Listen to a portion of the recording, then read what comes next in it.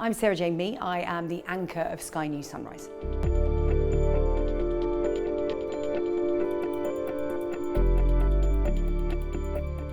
So I'm the first solo female anchor on a breakfast show on Sky News, which I am very proud of.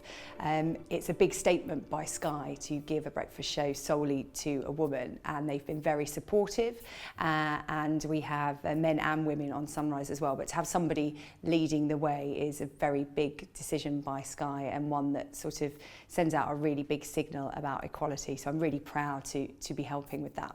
How did I feel when I became the first female anchor? Shocked, first of all. Ever since I've been in TV, it's been my dream job. So initially shocked, but then incredible excitement. And I don't mind saying I gave myself a little pat on the back because, you know, I've worked really hard, and I think what this shows is that people that work hard in their industry, if they have that dream job, they can get there. So I just felt very proud, very pleased, and I felt like I should encourage other women and be a trailblazer, and that's something I take very seriously, in encouraging other women in my industry to go on and achieve their dreams. So my day involves a very early alarm clock. I get up at 3 a.m, which is as horrible as it sounds, actually. Have a quick shower, look at my phone, check my emails, have a cup of coffee, the first one of many of the day, and then I jump in the car at 3:30. I arrive at the studio at around 4 a.m, give or take a few minutes, depending on how long it's taken me to leave the house, and then I go straight into our newsroom. It is now just gone 4:10, which means I'm 10 minutes late. Yeah, it's going to be quite speedy this morning getting ready. Quick flick through the papers, look at the running order, chat to the producer, find out what's been going on overnight, because today is 1 year exactly until Brexit, so it could be quite a busy day today. Soon find out. I might be coming in at 4 a.m, but my production team has been in since 9 p.m. They've been working through the night, putting together the programme, putting together 4 hours of television. How's it all looking? Morning. I look through the papers, I check the news wires to find out what's been happening overnight. I can't stay up late enough to see the first editions of the newspapers, so it literally is the first time I'm seeing them when I wake up, because we don't normally get them until 10 in the evening. I'm definitely asleep by then. So I tend to just take photos of things that I like in the papers, because it's a good guide for our paper reviewers when they come in. I tend to know what kind of stories will get them going. Plus it gives you a really good flavour of what everyone else is doing this morning.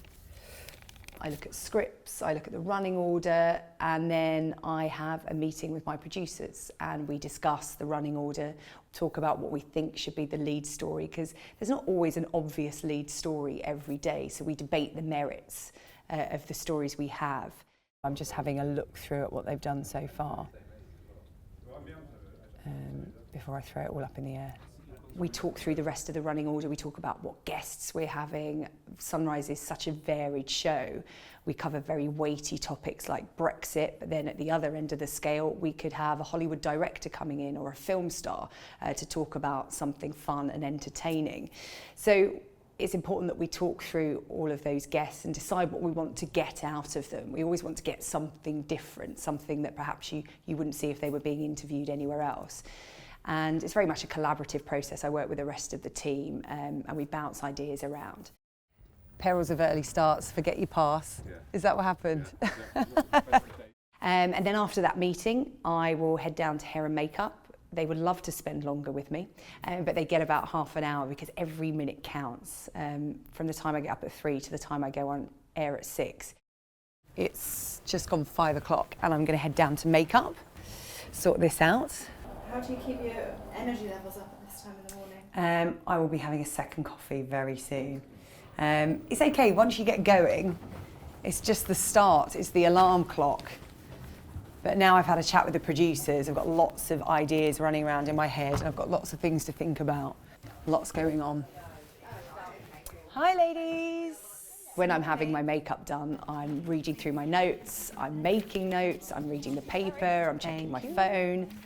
Well, I annoy the girls because I don't sit still. I meant to close my eyes while they try and do my eye makeup, but I'm constantly reading and making notes. So I'm just going through a list of all the guests that we've got coming in this morning and just making a few notes, questions I'd like to ask them. There's quite a lot in the mix this morning, so there's a lot for me to get my head around. Word of the day that I'm going to trip over because I'm so tired. Dilated cardiomyopathy. Got people in Brussels this morning, Beijing, Australia. So we're hopping around the globe talking to people about different stories. So it's just getting in the right frame of mind for those 4 hours and knowing the plan ahead, because you do have to switch from one thing to the other in a heartbeat. So yeah, so just going through everything. It's a nice moment of calm in here, isn't it, girls? It is. Before the storm. Oh my God. Definitely time for another coffee. Just got to run to the dressing room. After they've done that, I then head down to the studio for 5:30. It was a last minute rush. I really should wear trainers for this leg. I must do 5,000 steps before I even get into the studio. This place is so big. Just got under 10 minutes now. It's always the last minute rush. I need to get into the studio, log in, make sure my mic and my earpiece works. Go through the scripts, make sure they're all okay. Yeah, and hopefully we'll get a chance to rehearse the top of the show. But I think I'm cutting it quite fine this morning, so we'll just have to hope it's okay. But that's where I trust my team. Of course it will be okay. Morning. Morning. Hello. How are you? Yeah, good, how are you? Well, I won't lie, there's always a bit of adrenaline that kicks in because, like I said, everything's planned to the minute, but something always goes wrong. Sound, are you happy with my mic? I forget my pass, or my notes are in the makeup room when they should be in my hand. So there's always that sort of last minute hitch that goes wrong. Gotta love a technical difficulty seconds before air. How long have I got? So there's all these things that happen, and it's the adrenaline of going on air, and you have to hit 6 o'clock. I've never missed the start of a show yet, touch wood. 30 seconds. Is this mic on? Yeah. Okay. So walking in, it is all those last minute checks. And then as soon as that red light goes on, you just get on with it. If there is a problem, you just have to deal with it. So there's always that little uneasy feeling in your stomach that you're never quite in control. Good morning, it's 6 o'clock. You're watching Sunrise. Our top story today, poisoned on his doorstep. Police say... Well, I wouldn't call it anxiety. I'd actually call it excitement. It actually fuels me, the adrenaline, because I think if you go into a TV studio and you're not excited and you don't get that knot in your stomach, then you're not really engaged with what you're doing, and it's my worry that things could go wrong, and I want them to be right for my team and for the viewers at home. So I think it's exciting and I find it challenging, and that's what gets me to work in the morning. It's the unknown. You never know what's going to happen in 24-hour breaking news, so I'm very lucky to have a front row seat and be at the heart of it. Well, also this morning, the Prime Minister is going to make a whistle-stop tour of the UK today to mark 1 year before Brexit. Theresa May will... Those 4 hours are literally non-stop from 6 until 10 a.m. So I will be interviewing guests, I'll be talking to correspondents. I'm also talking to my co-presenter, Jonathan, my sports presenter, my weather presenter. And while all this is going on in the studio, I've got about 6 or 7 voices in my ear: the director, the sound guy, the producer, and lots of other people in the gallery all talking to me. And I have to be able to cope with both. So I always try and describe it to people how, if you're on your mobile phone and somebody else walks into the room and starts trying to talk to you, you always say, can you just stop, I'm on the phone, is actually having to do both of those. And I'm sure a lot of people know how difficult that can be to concentrate on two things. So that's what's going on in my ear before I've even concentrated on what's coming out of my mouth. We are over halfway through the show now. Just done the paper review with a fabulous Johnny Gould and Tanya Breyer.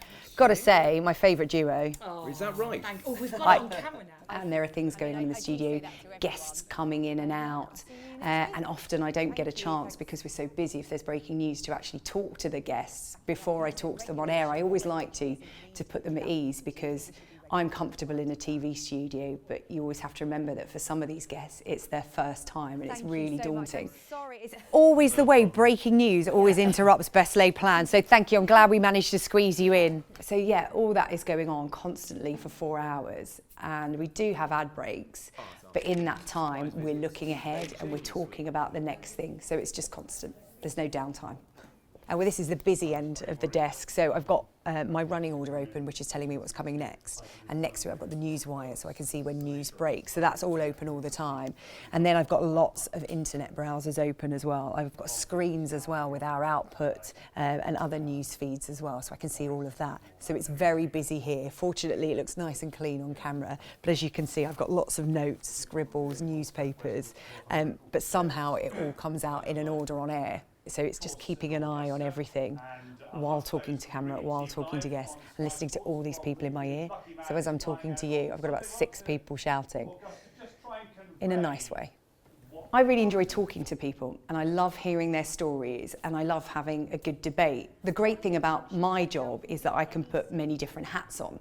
So for instance, if I'm interviewing a Labour politician, it would be my job to argue the opposite side. And likewise, if it's a Conservative politician, I would argue the other side to them. So basically, whatever my guest is saying, if they're saying black, I say white. And sometimes those conversations can get feisty because there are some guests, I'm sure we can all guess who will never answer a question. So you really have to keep on at them to get an answer and get them to stick to the question. But I love that challenge. It becomes a game, and it really is quite satisfying when eventually you break them down and they answer the question you've posed. Well, that was the Prime Minister on the first stop of her tour of the UK today. She was up in Scotland. Our political editor, Faisal Islam, is travelling with Theresa May today. OK, I think we're getting there. We've had a few technical issues this morning because the beauty of live TV is that anything can go wrong, and it quite often does. We're just waiting for this press conference now in Australia, and it's so typical that you tease it all morning, and we've now got half an hour until we're off air. So unless this Australian cricketer turns up, the next show's going to take it. So we've just been a big tease for it all morning. But it's been very busy, but very good. I think what people will be most surprised by is my involvement in the show, because so many times I get the question, do you just read off the autocue? And it's so much more than that. As I said, I'm involved in the entire process. It's not just 6 till 10, so I'm involved in the planning, getting the guests, coming up with the questions, writing scripts, and then involved in everything that goes on air. OK, so we do the press conference first and then go into the Corbyn. I like to be involved from start to finish because it's my show and I'm invested in it and I love it, and I want to make sure that everything's the best it can be. But as I said, it's collaborative. We all help each other out. Thank you, Andrew. How do I feel when I come off air? If I'm perfectly honest, pretty exhausted. I drink a lot of coffee just to keep me going. It's a mixture of adrenaline and coffee, so at some point you're going to crash. I think at 10 o'clock when the red light goes out, there is just this feeling of, it's quite full on. So yeah, exhaustion, but also relief as well, that we got through 4 hours and we told some brilliant stories and we made some great TV. And there's nothing better than going home and switching on Sky News and seeing that they're running your interview throughout the day. I quite like that. So what we do now is we head upstairs and we have a debrief. And just talking about everything that happened. But yeah, I think it was a good show today. It's quite interesting when you come off air, the conversation often continues after you come off air as to whatever you've been debating. So I'll be getting messages all day about things we've been discussing at, say, 6 o'clock in the morning. My Twitter feed is always really busy. Most people see what happens on air, so from 6 a.m. till 10 a.m. And after that, they don't see me for the rest of the day. But it's a constant process, this job. As soon as I'm off air at 10 o'clock, I'm having meetings. I will drive home, and on the way I'll probably get a phone call from my planning team to talk about guests for the next day, ideas I might have of stories we want to cover, and they will be putting all of that in place during the day. So we have a production team that comes in at 9 p.m. through till 10 a.m. when I go home, but then at 10 a.m. another team that works throughout the day. So I'm constantly in touch with all of them, so you never switch off. And of course the news doesn't stop just because I do. So this is what the newsroom looks like. This is what the newsroom looks like when I come off air. Lots more bodies. So everybody's in now preparing for the rest of the day and tonight and tomorrow morning as well, because all that planning starts now. So yeah, it's a lot busier. Hi guys, how are we doing? Hi. Sorry, I think breakfast TV is the best thing to do. It's people waking up, you get the chance to be the first person to tell them the news. And I just love the breakfast format. It's very relaxed, which is completely my style. It's very conversational and it's very varied as well. That audience at that time in the morning, they want their politics, but they want it with a side order of entertainment and, you know, a cup of human interest. It's, you know, it's such a great mix of stories, and that's what I love, is the variety and the diversity of all the stories we do. We can cover anything, and I love the fact that I can come up with so many different ideas for stories and they all fit within that programme. I just love the choice.